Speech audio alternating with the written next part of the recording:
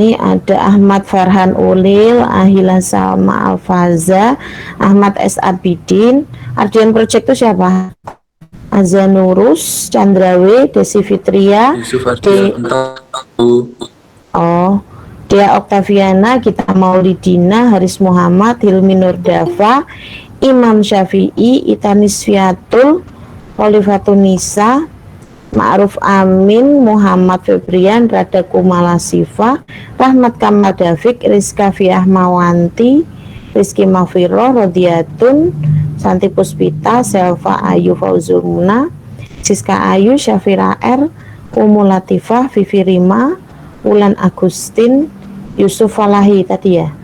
Oh, Yusuf Falahi sama Ardian Project sama apa beda? Beda, Bu. Oh beda. Yang Ardian Project siapa? Yusuf Ardianto. Yusuf Ardianto. Oh, berarti ada dua Yusuf ya? Yusuf Ardianto sama Yusuf Falahi. Ya, Bu. Oh oke. Semoga semoga benar tapi apa? Kembar. Oh kembar. Oke. Jadi pertemuan pertama tentu saja PS dan kontra sama itu. Kemudian pertemuan kedua ini kemarin tentang konsep-konsep dalam media massa, konsep-konsep dalam komunikasi massa. Jadi saya pakai bukunya Dennis McQuell. Slide yang berikutnya, ini bukunya ya. Pakai bukunya Dennis McQuell, Mass Communication Theory. Nanti untuk teori komunikasi massa atau teori komunikasi yang di dalamnya ada pembahasan tentang komunikasi massa juga dimungkinkan pakai buku ini lagi gitu ya. Jadi memang referensi atau literatur yang sama itu sangat dimungkinkan untuk memperdalam kajian. Jadi tugas di pertemuan kedua kemarin itu, dan nanti ya teman-teman juga silakan ya harus mengerjakan juga ya, sebagai ini saja, sebagai bentuk respon teman-teman atas materi dan untuk memperdalam materi. Jadi teman-teman tuh bikin seperti ini namanya peta konsep atau mind map peta, bukan kayak petanya Dora ya. Mind map ini boleh dibikin persis kayak gini, boleh ditulis tangan, kemudian dibikin sendiri, buletan, boleh kotak, boleh segitiga, ya, boleh mind map dengan cara yang lain, hanya teks saja kemudian dikasih garis-garis juga boleh. Yang penting bikin gitu ya. Di foto kemudian di-upload boleh, atau di dalam bentuk teks gitu, teks kemudian di-upload. Anak saya teriak-teriak. Nah, peta konsep ini apa sih maksudnya? Peta konsep ini nanti dari apa yang saya jelaskan, tuliskan kata-kata yang berhubungan dengan komunikasi massa, kata yang unik, spesifik, atau yang bisa dijelaskan kaitannya dengan komunikasi massa, bisa menjelaskan komunikasi massa juga, gitu ya. Ini saya contohkan, ada kata-kata awal abad 20, ada kata-kata media massa, ada juga kosakata proses, publik, dan komunikasi itu sendiri. Nah, kata-kata ini bisa teman-teman dapatkan dari buku ini, dari referensi ini. Nanti saya sertakan di RPS itu link Google Drive berbagai buku ya, di buku literatur bahasa asing, bahasa Inggris maupun bahasa Indonesia tentang komunikasi massa. Saya jelaskan yang dari Dennis McQuell dulu. Jadi Dennis McQuell memberikan wacana kepada para pembacanya di bukunya itu, bahwa istilah komunikasi massa atau mass communication dicetuskan, ya, diungkapkan gitu, muncul sebagaimana juga media massa atau mass media. Itu. Jadi ketika muncul istilah media massa, muncullah komunikasi massa, istilah komunikasi massa, dan sebaliknya. Nah, istilah itu muncul di awal abad ke-20 untuk menggambarkan apa yang kemudian merupakan fenomena sosial baru, ya, dan ciri utama dari dunia baru yang muncul, yang dibangun pada fondasi industrialisme dan demokrasi populer. Jadi kalau teman-teman tahu awal abad 20 itu ada revolusi apa sih? Coba, masih ingat nggak awal abad 20 itu? Apa? Revolusi industri, Bu. Iya betul, Chandra ya yang jawab ya? Iya. Itu fondasi industrialisme. Dan di awal abad 20 juga mulai munculnya demokrasi populer. Ya, yaitu suara rakyat, ya. Nah, zaman tersebut ditandai dengan industrialisme itu dan demokrasi populer itu ditandai dengan perpindahan, ya, ke kota-kota. Apa itu fenomena perpindahan ke kota itu istilahnya? Transmigrasi, Bu. Duh, kok transmigrasi? Waduh. Oh, Urbanisasi, Bu. iya, urbanisasi tuh ya. Aduh, ini feedbacknya siapa ya? Feedbacknya Dewi ya. saya amazing. Oke, urbanisasi ya.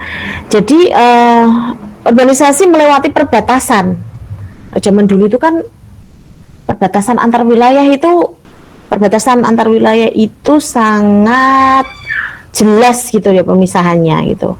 Bahkan nggak bisa sembarangan kita masuk ke perbatasan, meskipun ya ada lah, tapi intinya beda dengan sekarang. Kita bisa keluar masuk wilayah manapun gitu ya, dengan perkembangan teknologi transportasi dan bukan hanya secara fisik ya kita melewati perbatasan tersebut, tapi secara maya atau hal-hal yang non fisik bisa melewati perbatasan dengan adanya globalisasi ya. Pemikiran kita, wawasan kita itu melewati perbatasan. Zaman tersebut ditandai dengan urbanisasi tadi, melewati perbatasan dan juga pergulatan antara kekuatan perubahan dan penindasan serta konflik ya antara monarki dengan negara bangsa. Di awal abad 20 itu kan, abad sebelumnya kekuasaan itu kan bentuknya pemerintahan itu bentuknya kan kerajaan atau monarki. Kemudian seiring munculnya demokrasi muncullah timbullah negara bangsa. Negara bangsa itu nation state ya. Nah, media massa dalam bentuk jamak ya atau bahasa Inggris itu plural noun. Media massa ini secara umum gitu ya merujuk kepada alat untuk berkomunikasi, alat untuk berkomunikasi secara terbuka dan terorganisir ya, alat untuk berkomunikasi secara terbuka dan terorganisir dalam jarak jauh dan kepada banyak orang dalam waktu singkat. Ini nanti juga ada hubungannya dengan pertemuan ketiga, materi ketiga. Langsung saja gitu ya, saya mix tentang media massa. Ya, jadi itu sudah banyak loh konsep yang bisa teman-teman masukkan ke peta konsep, yang teman-teman bisa bikin peta konsep. Dan satu konsep itu nanti bisa melahirkan cabang konsep yang lain juga. Jadi misalnya kayak ini awal abad 20 ini bisa kalian tambahkan di atasnya atau di bawahnya atau di sampingnya gitu konsep-konsep yang lain ya. Tuh. Sampai di sini ada yang mau bertanya tentang apa yang barusan saya sampaikan tentang kemunculan istilah komunikasi, kemudian latar belakang konteks sosialnya atau sejarahnya, munculnya media massa dan definisi atau pengertian media massa. Ada yang mau ditanyakan? Kalau ada silakan diketikkan di chat ya, atau langsung saja saya diinterupsi, tidak apa-apa ya. Daripada nanti memperlama waktu. Jadi media massa itu lahir dalam konteks ya. Konteks itu yang mengitari ya, ada suasana situasi yang mengitari itu konteks. Dan konflik di era peralihan Awal abad 20 itu dalam sejarah disebutkan sebagai periode peralihan. Dan secara terus-menerus ya dihubungkan dengan tren sampai saat ini gitu. Jadi kemunculan media massa itu selalu ada konteksnya, enggak kemudian tiba-tiba muncul sendiri gitu, mak bedunduk nongol, enggak. Itu ada konteksnya. Ya tadi awal abad 20 itu kan konteksnya kan revolusi industri. Penemuan berbagai macam mesin yang kemudian melahirkan media massa. Dihubungkan dengan tren dan perubahan masyarakat otomatis. Media massa itu merubah kondisi masyarakat. Komunikasi massa pun juga muncul akibat perubahan tersebut, dan sebaliknya media massa muncul pun akibat akibat perubahan masyarakat dalam berinteraksi, yang tidak lagi berinteraksi secara individu tapi membutuhkan interaksi secara komunal, jamak dengan orang banyak gitu ya, dalam waktu singkat meskipun orangnya berjauhan. Dan media massa juga dihubungkan selain dengan tren ya tadi perubahan masyarakat, juga dihubungkan dengan budaya seperti yang dialami pada tingkat personal maupun masyarakat, bahkan sistem dunia. Tuh ya. Jadi bisa teman-teman lihat ya saling keterhubungannya antara media, tren, budaya, perubahan masyarakat itu saling berhubungan. Nah, kita masuk ke media masa awal, media masa awal ya itu diantaranya surat kabar, majalah, buku termasuk media massa, radio, TV, film. Itu berkembang dengan pesat hingga menjadi seperti yang kita kenali bentuknya pada saat ini, dengan perubahan utama pada skala dan diversifikasi. Jadi koran dari awal kemunculannya sampai sekarang masih namanya koran, cuman bentuknya beda-beda. Kalau koran zaman dulu bentuknya seperti apa, Mbak Rizky?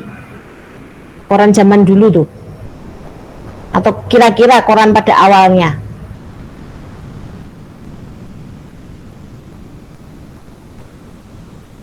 Bentuknya kayak apa? Kurang tahu. Loh, kurang tahu? Berarti nggak pernah lihat koran? Pernah, tapi kan zaman sekarang, yang dulu. Oh, zaman sekarang. Oh, gitu. Oke. Yang pernah pegang koran ya, tapi?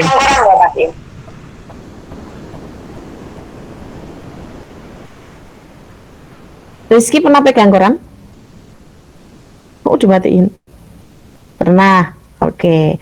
Kalau ini dia kira-kira koran zaman dulu tuh bentuknya seperti apa dia?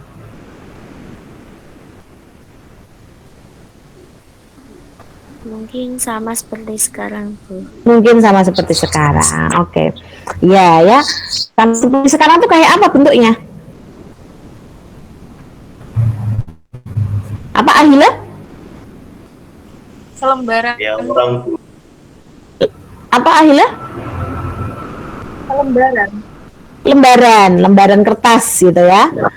Iya, jadi zaman dulu awal kemunculan surat kabar ya, newspaper, surat kabar, news itu kabar atau berita, paper itu kertas atau surat. Ya. Kalau koran itu bahasa Belanda ya, bukan Quran ya, beda koran dengan Quran. Ini saya yakin semuanya sudah pernah baca Quran, tapi saya juga yakin ada yang belum pernah baca koran. Bahkan pegang juga, mungkin ada yang belum pernah pegang koran. Ada di kelas ini yang belum pernah pegang koran? ada Bu. Ada. Siapa? Yang belum pernah pegang koran. Ini bukan sesuatu hal yang memalukan ya, tapi kalian harus ada pengakuan. Mata kuliah komunikasi massa jangan ada satu mahasiswa pun yang tidak pernah memegang media, yang tidak pernah pegang media massa. Ya, bentuk media massa, barangnya termasuk koran. Minimal koran untuk bungkus nasi. Ya kalau itu pernah Bu. Ya. Emang sekarang bungkus nasi pakai koran? Pakai kertas Shopee Martin Bu. Sampai Martin ya. Ya. Kalau ada koran dibaca ya, meskipun itu koran zaman nggak tahu tanggal berapa gitu. Khalifatunisa pernah pegang koran? Pernah Bu, Oke, dibaca nggak? dibaca judulnya. Judulnya, ya, headline-nya ya. Oke. Tadi sampai mana saya kok sampai ke koran? Oh iya, koran zaman dulu ya bentuknya media cetak kertas, ya, media cetak atau printed, ya, di kertas. Nyetaknya di kertas. Printed itu bukan print pakai printer. Print itu bahasa Inggris ya, mesin cetak. Oh ya, tadi itu kan saya ngomongin koran itu bahasa Belanda. Banyak ya istilah di kosakata bahasa Indonesia yang merupakan kata serapan dari bahasa asing. Baik itu bahasa asing itu bahasa Inggris, bahasa Belanda, bahasa Arab, ya. Ada juga bahasa lokal atau bahasa daerah yang kemudian diserap oleh bahasa nasional, menjadi bahasa nasional, bahasa Indonesia. Koran, kado itu bahasa Belanda loh. Oke, jadi koran zaman dulu seperti itu. Nah, kalau koran zaman sekarang kira-kira seperti apa? Kita Maulidina, kita mana kita? Nggak diaktifkan videonya, kenapa di kita? Tadi yang WA saya apa ya? Yang WA tadi siapa ya? Oh, bukan kita. Kita dulu. Kok nggak diaktifkan videonya? Belum mandi. Alah, wis toh, enggak apa-apa. Sama aja kamu udah mandi sama belum tuh. Tetap lebih cantik saya. Diaktifkan saja videonya. Belum pakai jilbab, pakai mukena. Enak toh? Jangan pakai helm. Lah itu malah batu etok. Us batu etok, batu erak ndak ada kelihatan bekas sujudnya. Kita kalau koran zaman dulu itu kan berupa media cetak di kertas ya. Kalau koran zaman sekarang bentuknya seperti apa kita? Itu yang kayak digital gitu Bu. Iya, digital, betul sekali, koran Digital itu digital. loh Bu. Iya, betul. Jadi media masa awal ya itu berkembang pesat hingga menjadi seperti yang saat ini kita kenali bentuknya dengan perubahannya pada skala. Kalau zaman dulu koran cetaknya itu mungkin hanya satu lembar. Semakin bertambah tahun lembarannya nambah banyak ya. Terutama perusahaan surat kabar yang levelnya sudah besar itu semakin tebal, semakin lebar. Kemudian sekarang semakin mengecil lagi dan diversifikasi, meragamkan dirinya, tidak sekedar koran dalam bentuk cetak, tapi koran digital. Itu begitu juga dengan majalah, film zaman dulu itu nanti ditanya bapak ibunya itu layarnya layar tancap, yang pitanya juga panjang dan berat, layarnya pakai kain besar. Kalau zaman sekarang kita nonton film dengan cara apa? Kalian kalau nonton siapa? Ini yang Sufi ini, Haris Muhammad ini Sufi. Wis, kamu kalau nonton film caranya gimana, Riz? Di aplikasi ya, pakai HP ya. Kalau Chandra pernah nggak ngalamin nonton film pakai CD, compact disc atau DVD? Pernah. Udah nggak pernah, berarti pernah ya, pernah. Pernah dulu. Pernah dulu ya, sempat pernah. Nah itu, jadi yang dikatakan oleh Dennis McQuell, jadi ini penjelasan di bukunya Dennis McQuell ya, diversifikasi. Ditambah dengan munculnya, jadi media masa awal itu munculnya televisi itu pada pertengahan abad ke-20, gitu ya. Nah, secara serupa apa yang kita anggap sebagai ciri utama dari komunikasi massa itu pada puluhan tahun yang lalu itu masih sama sebetulnya sebagaimana yang kita anggap saat ini. Jadi ciri komunikasi massa yaitu yang pertama kemampuan media massa baik media massa awal pertama ditemukan hingga sekarang ya, kemampuan media massa untuk menjangkau seluruh populasi dengan cepat ya, kemampuan media massa untuk menjangkau seluruh populasi dengan cepat dan dengan informasi, opini dan hiburan yang sama ya. Ini adalah materi pertemuan kedua dan ketiga ya, saya mix sekalian. Kemudian ciri berikutnya dari komunikasi massa sejak dulu sampai sekarang itu ketakjuban universal yang sama. Ada? Iya, pernah sih. Pernah? Kenapa? Belum tak tanya udah pernah. Berarti ngikutin ini. Itu yang anak kecil yang gitu. Waktu kecil? Desi Fitria. Makasih ya Rada ya. Ya, makasih tadi semuanya yang mau merespon pertanyaan saya. Des.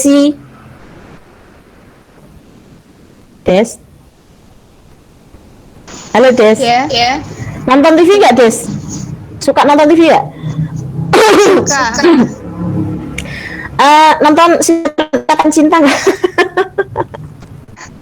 Dulu Bu, sekarang enggak. Oke, setidaknya tahu nggak ada, saya yang paling lucu dari sinetron itu adalah respon para penonton. Tahu kan respon para penonton? Ada nggak yang menarik gitu, yang berhubungan dengan ketakjuban orang gitu terhadap media massa? Ada. Kaitannya dengan sinetron Ikatan Cinta. Gimana, Des? Dulu pernah ada itu masyarakat yang sempat mengadakan tasyakuran atas kembalinya apa ya? Al sama Andin bukan nggak salah. Nah itu lebay. Ini Des yang saya maksud Des. Itu kan banyak itu ditayangkan di TikTok dan mana-mana itu para penonton yang sampai ngelus-ngelus TV-nya. Iya kan? Yeah. Ketika TV itu menampilkan sampai mukul-mukul, sampai ngelus-ngelus TV, layar monitor TV-nya, karena layar itu pas menampilkan ya pemain yang dia sukai, si Aldebaran itu yang dilus-lus biasanya. Jarang ada yang ngelus-ngelus Andi. Yang ngelus-ngelus Andi biasanya harusnya bapak-bapak. Oke, ya silakan. Apa namanya? Elus-elus, mukul-mukul, sampai mencium layar monitor juga, ya kan?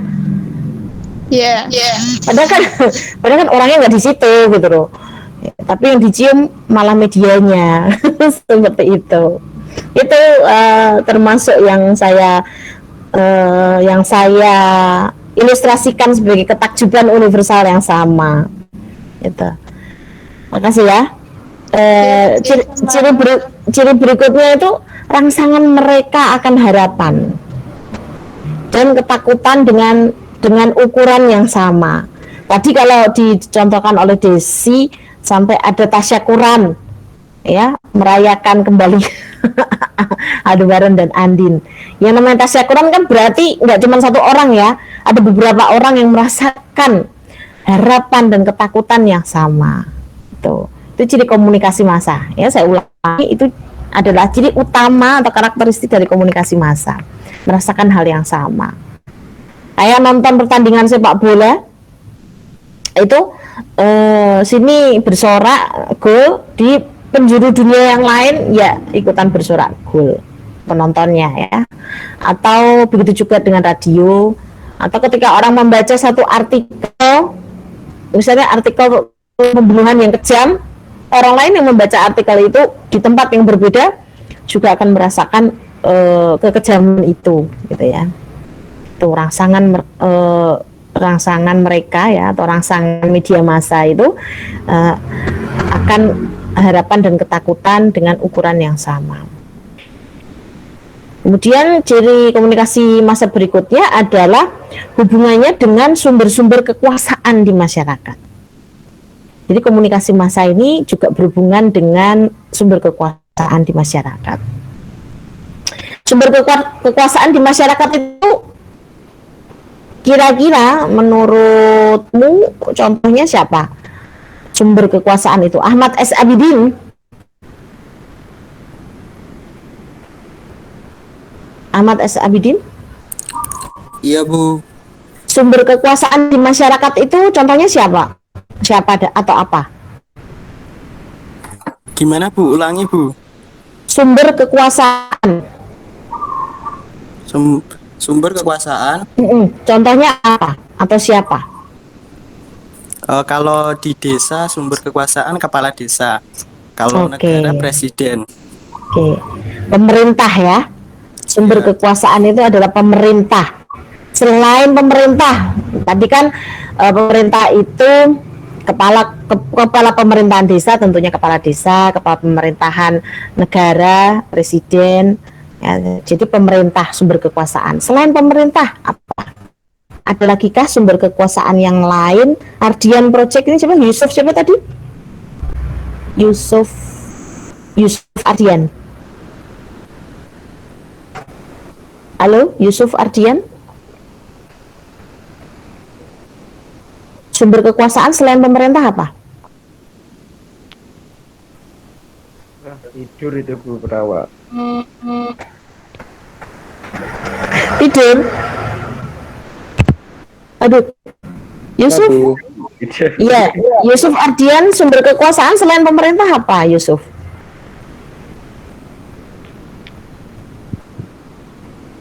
Pemuka agama, Bu. Pemuka agama boleh ya, kalangan agama, kalangan religius, betul sekali. Boleh. Selain pemerintah, kalangan religius atau pemuka agama, Itan Swiatul mungkin bisa menambahkan sumber kekuasaan yang lain. Siapa ini yang ngacung? Itanis Fiatul, iya. Silakan.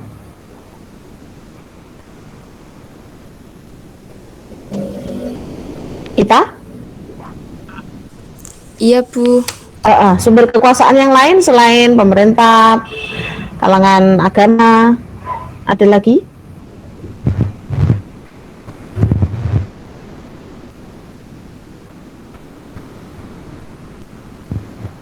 Ada lagi kah? Atau yang lain yang mau silakan berkomentar.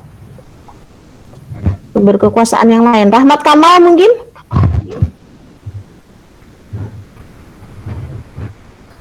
Rahmat? Ada Rahmat Kamal, ada Maulana Kamal ya?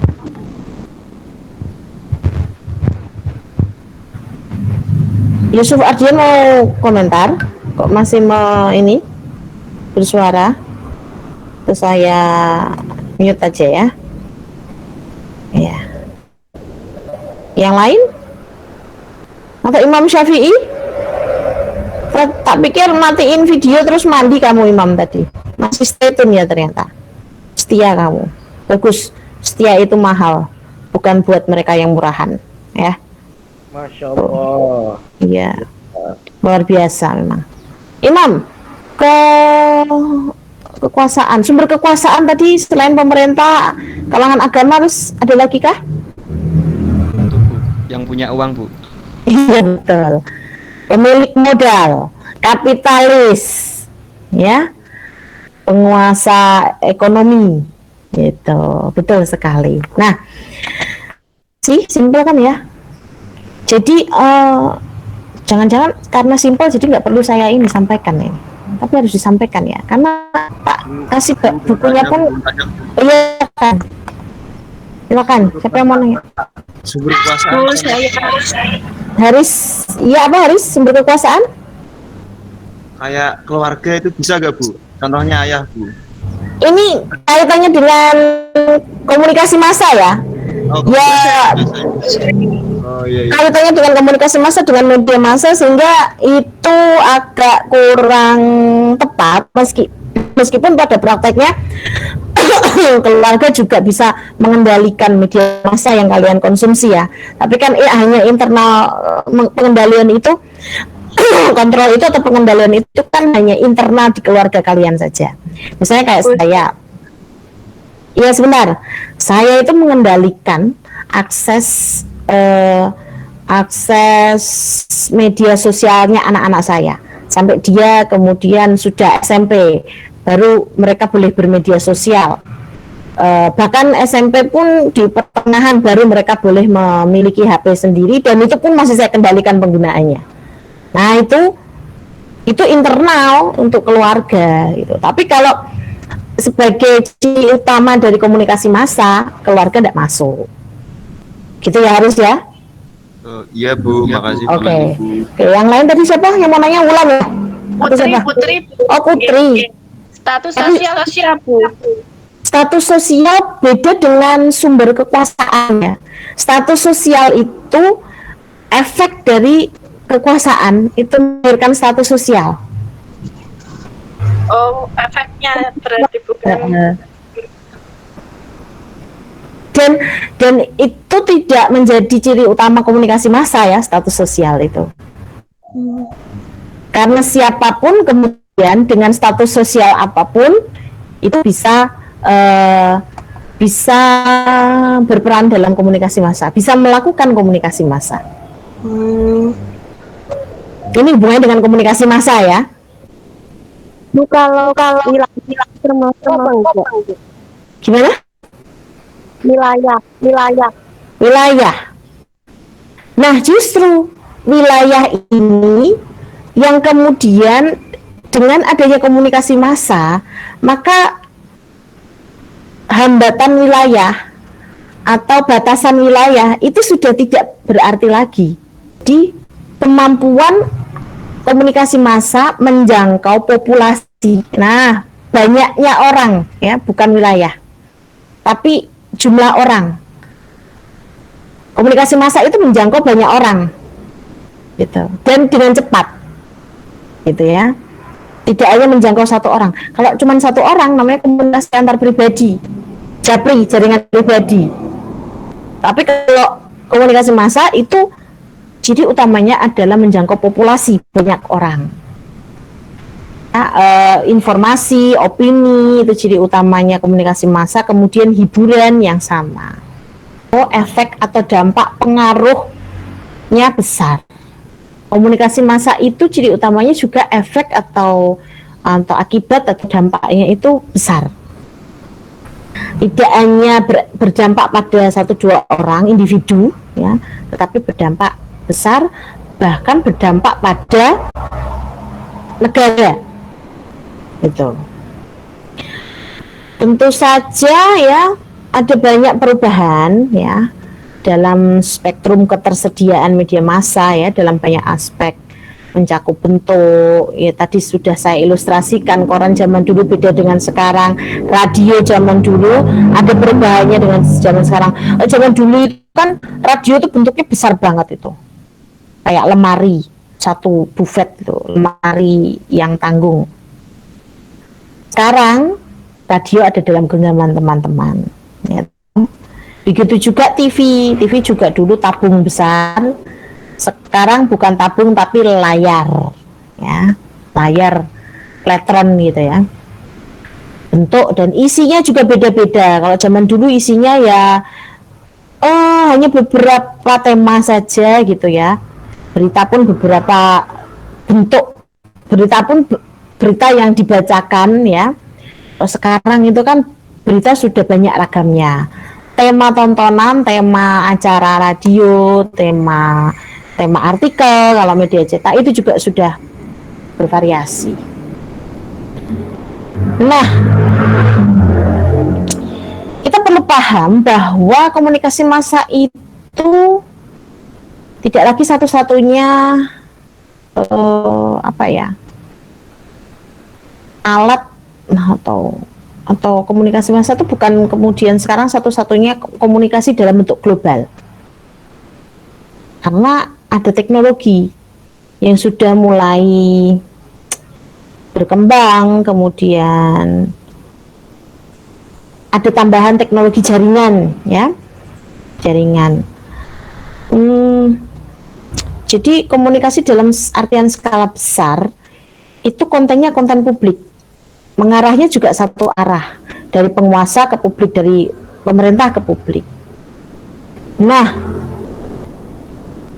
alur seperti ini sekarang tidak lagi hanya dimiliki oleh media mainstream atau media tradisional atau media zaman dulu, ya. Saat ini komunikasi massa itu kontennya sudah bukan konten publik, konten private kemudian menjadi konten publik, ya kan? Konten private kemudian menjadi konten publik, dan alur komunikasi itu tidak satu arah lagi dari penguasa kepada khalayak atau publik, atau dari pembuat informasi, penulis, produser program ke pembaca, penonton, pendengar. Tidak lagi seperti itu, ya. Tapi sebaliknya ada alur yang kemudian timbal balik, interaktif.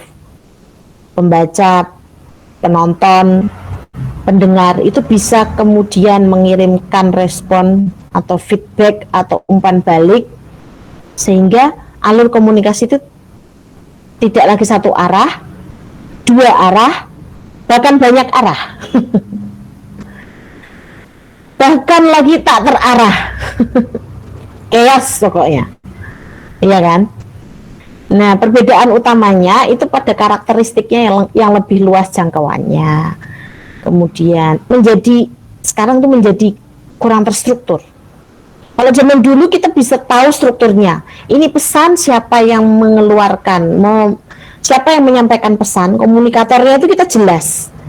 Komunikan, penerima pesannya jelas. Medianya, media apa juga kita bisa mengidentifikasinya. Kalau sekarang sudah nggak jelas lagi komunikatornya siapa. Pesan itu sudah, apalagi pesan viral itu, informasi viral itu sudah, aduh, ini informasi siapa, yang awalnya nulis, yang bikin, sampai ke siapa, kurang terstruktur. Dan tadi interaktif, ya, interaktif. Nah, bagaimanapun perubahan yang terjadi, signifikansi media massa dalam masyarakat kontemporer itu sudah tidak diragukan lagi. Signifikansi itu pentingnya, atau manfaat media massa di masyarakat saat ini tuh jelas lah, ya, keberadaannya itu sudah jelas, baik dalam keseharian, ya, kehidupan sosial, politik, ekonomi, gitu. Bahkan kalau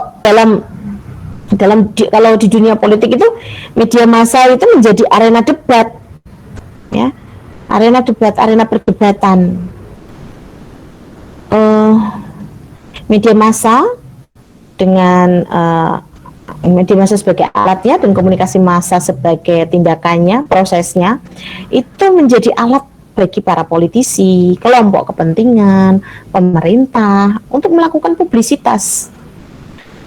Dan publisitas itu dalam rangka apa? Dalam rangka menanamkan pengaruh, menguatkan pengaruh, merebut pengaruh.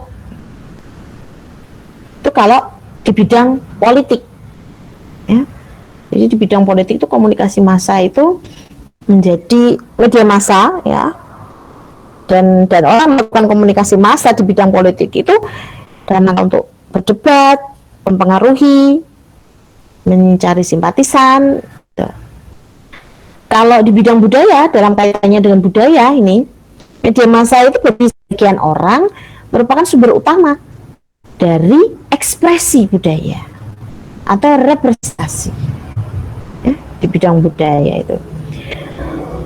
Kalau ya teman-teman pasti juga sudah mengetahui ya, ekspresi budaya itu tidak sekedar ekspresi seni, tari, lagu, apa lagi,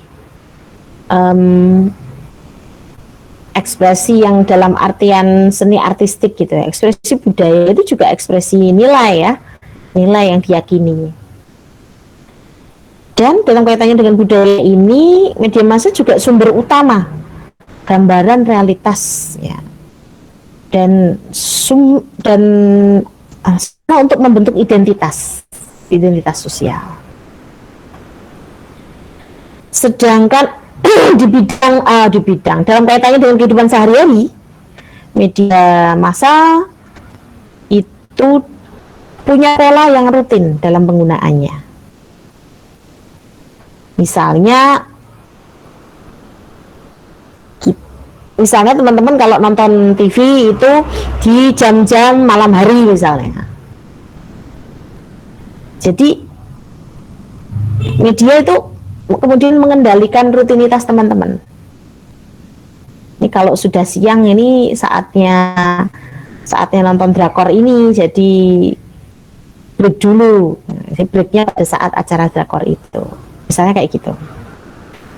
Media massa juga dalam kehidupan sehari-hari itu memberikan gaya hidup yang berpengaruh. Nah, gaya hidup itu ya keseharian gitu ya. Bagaimana cara makan, minum, menggunakan pakaian atau fashion atau rekreasi, itu gaya hidup. Teman-teman bisa kenal dengan piknik, itu juga dari media massa. Itu aja teman-teman ya, halayak lah ya. Kemudian trending topik atau topik tema-tema yang dijadikan bahan pembicaraan. Ya tadi kita sedang membicarakan tentang topik sinetron yang sedang ngetren saat ini. Nah, itu kan kita juga dapat dari media massa. Kemudian apalagi ya itu ya, kalau dalam kaitannya dengan ekonomi, media massa ini sudah mendominasi korporasi dunia itu, dan pengaruhnya meluas ke industri olahraga, wisata, pakaian gitu ya, komunikasi jelas gitu. Bahkan kita mengenal media massa yang ini ya, memiliki multi company gitu, semacam MNC, Kompas gitu. Kompas kan tadinya hanya koran Kompas, sekarang ada TV ya, Kompas TV, kemudian ada websitenya juga. Nah, tapi komunikasi massa itu tidak terbatas pada media massa saja ya. Ada aspek prosesnya, kemudian teknologi atau jaringannya, kemudian halayaknya. Jadi kita ketika mempelajari komunikasi massa ini nanti, kita tidak hanya fokus pada medianya saja. Tapi ada proses, halayak, kemudian jaringan gitu. Sebenarnya saat ini tuh kita tidak bisa membedakan dengan jelas ya halayak yang sifatnya individu atau pribadi dengan publik. Jadi kalau halayak itu, yang dimaksud dengan halayak itu kan memang publik ya, secara umum itu. Sampai di sini ada yang mau ditanyakan?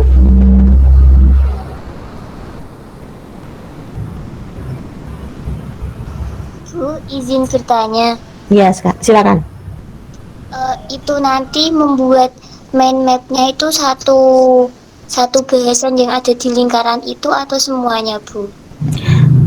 Dari yang tadi saya jelaskan, itu kata-kata yang merujuk pada komunikasi massa, masukkanlah mind map, buatlah mind map. Jadi bebas bikinnya seperti apa. Yang penting Anda itu paham dengan apa yang Anda tuliskan. Berarti sesuai kreasi ya, Bu? Iya. Tapi berdasarkan yang tadi saya jelaskan ya. Berdasarkan yang tadi saya jelaskan. Kalau nanti kalau banyak yang miss, nanti bisa dilihat videonya lagi atau bisa dibaca buku Dennis McQuail-nya. Bisa di-download sendiri atau nanti di RPS yang saya upload. Tadi kan saya mau melengkapi V-Class, ternyata sampai jamnya juga belum selesai untuk sampai ke bawah ya. Saya buatkan jadwal Zoom-nya juga. Itu. Nah, yang berikutnya saya ke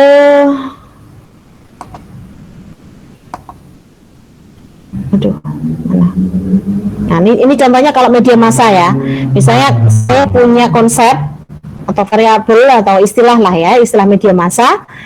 Saya ada ini si Dennis McQuail-nya nih. Saya punya konsep yang lain yang mengitari media massa itu tadi kan ada di bidang politik, ekonomi, sosial, budaya. Ini nanti bisa tambahkan yang lain. Anda kalau saya tambahkan semua nanti Anda tidak bisa bebas ini ya menemukan, karena capaian pembelajarannya adalah menemukan konsep-konsep yang berhubungan dengan komunikasi massa dan menunjukkannya gitu. Oke, kalau sudah kita ke udah sih sebetulnya kalau media itu tadi sudah saya sampaikan. Sebentar, saya tak stop screen dulu, berhenti berbagi, lalu ini saya tutup dulu deh yang pertemuan kedua, kita ke yang pertemuan ketiga. Oke, saya pertemuan ketiga Komas, izinkan. Oke, ini ya. Nah ini. Jadi nanti di pertemuan ketiga ini teman-teman silakan berkelompok, bukan silakan nih, harus ya. Tolong berkelompok menjadi 4 kelompok besar. Yang tiap kelompok itu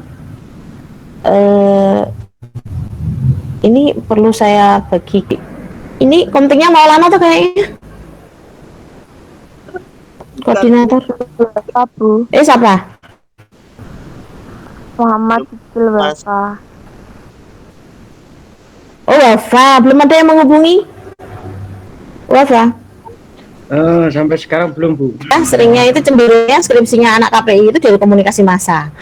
Sebetulnya bisa dari komunikasi yang lain juga, komunikasi kelompok, antar pribadi, organisasi, itu bisa. Cenderungnya komunikasi massa. Komunikasi massa itu, ya tadi tugasnya ya, ada 2 kelompok yang 9 orang mungkin ya. Ada 2 kelompok yang ber-8, ada 2 kelompok yang ber-9. Diatur saja gitu, absen 1 sampai 8, kelompok 1, absen 1 sampai 9, kelompok 1, 10 sampai 18, kelompok 2, 19 sampai berapa? 19 sampai 27 19 sampai 27 19 sampai iya benar ya 19 sampai 27 19 20 23 4 5 6 7 19 sampai 26 kelompok 3 27 sampai 34 kelompok 4. Nah tugas kalian itu bikin vlog. Bikin vlognya itu ya bahasnya bersama-sama, tapi produksinya nanti individu. Makanya itu tugas kelompok dan tugas individu. Bikin vlog apa? Yang kelompok 1 media cetak. Jadi cari media cetak di sekitarmu, vlogin lah. Silakan skenario-nya mau seperti apa, dibahas kelompok boleh. Bikin vlog biasa saja kayak kalian ngerekam selfie gitu, nggak usah yang terlalu sulit. Kalian tunjukin media cetak.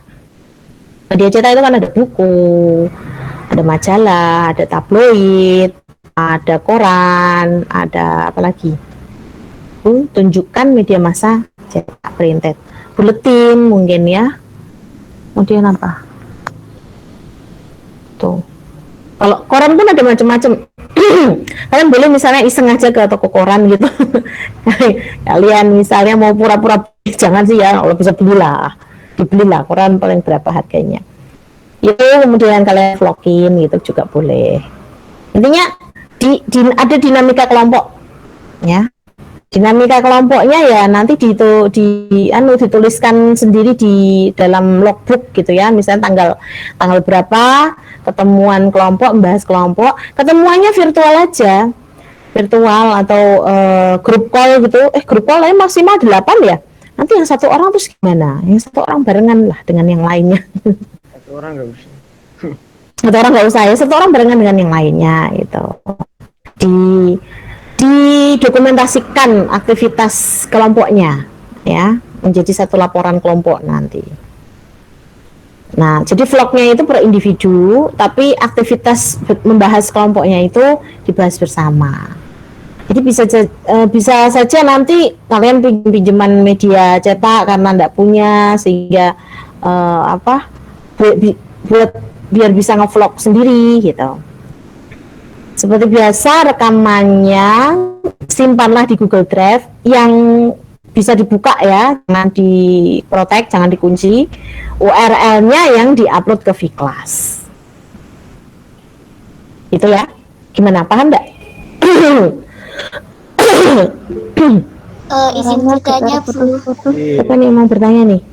Khalifatunisa, silakan, mau nanya apa? Karakteristik media massa itu relevan sama ada hubungannya dengan karakteristik komunikasi massa. Sedangkan komunikasi massa itu komunikannya itu bukan individu. Kalau undangan pernikahan kan sifatnya kan individu ya. Kalau komunikasi massa itu komunikannya atau sendernya itu sifatnya apa sih?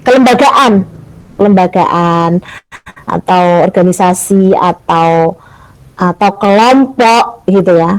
Dalam student center learning, metode student center learning, pengertian itu ya, itu tidak hanya otoritas dosen, mahasiswa juga bisa menjadi sumber informasi perkuliahan kalau membawa referensi, kalau menyertakan referensi. Ini di referensi saya kok gini Bu gitu, itu silakan gitu ya. Terus tadi kayaknya Safira mau nanya ya, Safira? Enggak, Bu. Oh, tadi siapa? Ada suara cewek lagi yuk yang mau nanya. Ahila atau Mulan atau kalau cowok kayaknya Muhammad siapa nih? Muhammad S itu siapa kemarin? Saya kok masih belum hafal. Oh iya, Wafa mau nanya Bapak? Ya, itu yang vlognya itu kan dari individu nanti digabungkan gitu ya, Bu.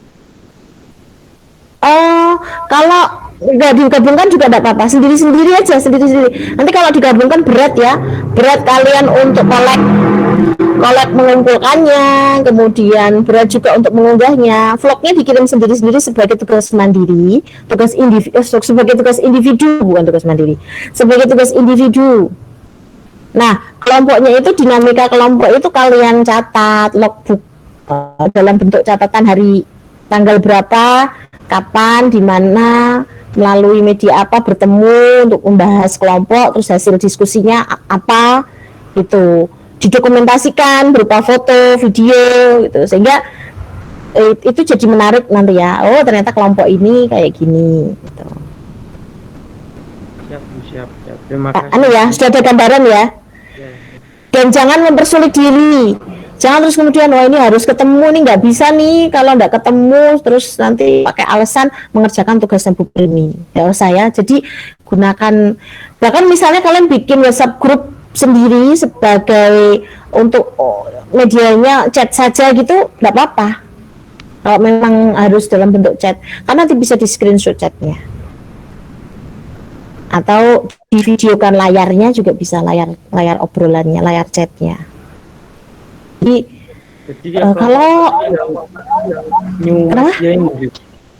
Ya, jadi kelompok 2, yang kelompok 2 itu audio ya, audio itu radio boleh, musik rekaman boleh kan, atau musik gitu. Misalnya apa ya, ya media dengar, media audio. Kemudian kalau audio visual, TV, film, nah itu sudah jelas ya pasti. Yang media ini internet, media sosial, ya tampilkan bagaimana apa alatnya untuk mengakses internet, apa saja alat untuk mengakses media sosial, bagaimana mengaksesnya, itu di-vlogkan. Gitu. Sebelum saya akhiri, saya mau sedikit menyampaikan tentang tema dan isu dalam komunikasi massa. Di antaranya waktu, ya. Namanya tentang waktu. Komunikasi massa itu berlangsung pada waktu dan tempat yang tentunya sangat penting, ya. Jadi waktu ini merupakan tema yang penting dalam komunikasi massa. Selain itu tadi waktu, tempat, kemudian kekuatan. Ya, ada tema tentang realitas sosial, tentang makna, tentang hubungan sebab akibat, tentang mediasi, identitas, dan perbedaan budaya. Kemudian untuk yang di Dennis McQuell itu tadi semuanya bisa Anda dapatkan di Dennis McQuell, ya. Untuk Dennis McQuell tentang dia ini ada permulaan, ya, dari permulaan media massa, dari permulaan begitu hingga yang kemudian media cetak, buku itu kan ada banyak macamnya, ada banyak genrenya, bisa di-vlogkan ya nanti kalian. Surat kabar atau koran juga ada banyak ragamnya, koran cetak dan digital. Film yang audiovisual tadi ya, film itu juga, misalnya nih kalian ada yang pengen jalan-jalan ke bioskop kemudian kalian vlogkan sekarang, tapi bioskop sudah ada yang tayang belum ya, itu boleh, tapi ya sekali lagi ya, jangan kemudian modus gitu, yuk kita nonton bioskop, nanti bilang aja itu kerja kelompok, tugasnya Bu Primi. Ya kalau pengen ke bioskop pengen aja gitu, nggak usah pakai alasan tugas saya gitu ya. Itu. Kemudian TV juga sudah mengalami, mungkin ada yang punya TV jadul, TV-nya yang baik, TV zaman dulu bisa di vlog, bisa dijadiin background untuk vlog ya. Kalau rekaman itu, musik rekaman itu sekarang kira-kira masih ada enggak ya orang yang jual CD di pinggir jalan itu? Itu kalian vlogkan, atau mungkin kalian adalah salah satu penjualnya, boleh itu kalian memvlogkan diri kalian sendiri, atau saudara kalian atau tetangga kalian ada yang punya bisnis jualan CD lagu itu ya. Internet boleh, kalau iya silakan. Untuk durasi videonya itu berapa ya? Bebas kalau gitu 1 menit Bu. Yuk kalian puas ngerekam diri kalian sendiri 1 menit, rekam diri kalian loh. Kalau memang puasnya 1 menit ya wes, wah cuma 5 detik Bu, 5 detik iku gur delok wajahmu tok. Melihat wajah dan langsung takjub, astagfirullah. Bebas ya, sampai 2 jam Bu ya. Kalau memori kalian 2 jam itu bisa ya silakan. Saya sih nggak yakin rekaman kalian. Jangan kemudian modus loh biar bisa punya rekaman 2 jam, jadi modusin orang tuanya beli HP baru juga jangan ya. Ada lagi tadi yang media baru, internet tadi misalnya ya, boleh kalau misalnya kalian kalau masih ada warnet ya, zaman sekarang masih ada warnet, kalian ngevlog komputernya, ngevlogin warnetnya ya, warnetnya buat sebagai opening latar juga boleh, tapi medianya kan tentunya vlog yang jaga. apa? Vlog yang jaga apalagi itu sih modus, lagi yang jaga cantik modus kalau itu. Gitu ya, karena udah pengumpulannya setiap tugas setiap minggu itu ya pasti di minggu berikutnya gitu ya. Saya settingnya seperti itu. Meskipun nanti kalau di luar tanggal deadline kalian bisa ngumpulin ya, saya akan berhati bisa, tapi kan nanti akan numpuk kalian tugasnya itu. Kalau saya sih misalnya kalau bisa cuman bikin vlog hari ini ngumpulin juga bisa, itu jangan ditunda-tunda, dipercepat juga boleh. Vlog itu ada contohnya dari Bu Primi, Boten, untuk bisa kita jadikan referensi mengerjakan tugas. Oh, saya sih belum bikin ini ya vlog seperti itu, cuman bisa lah nanti saya contohkan, boleh. Oke, mau minta contoh vlog saya sendiri. Oke, tapi nanti harus lebih baik ya dari saya, harus lebih baik dari saya. Ada lagi yang mau bertanya? Cukup? Oke, kalau gitu kita akhiri dengan tasbih. Subhanakallahumma wa bihamdika asyhadu an la ilaha illa anta astaghfiruka wa atubu ilaik. Subhana rabbika rabbil izzati amma yasifun wa salamun alal mursalin walhamdulillahi rabbil alamin. Billahi taufiq wal hidayah wallahu muwaffiq ila aqwamit thoriq. Wassalamualaikum warahmatullahi wabarakatuh. Waalaikumsalam warahmatullahi wabarakatuh. Terima kasih ya. Ya, Bu.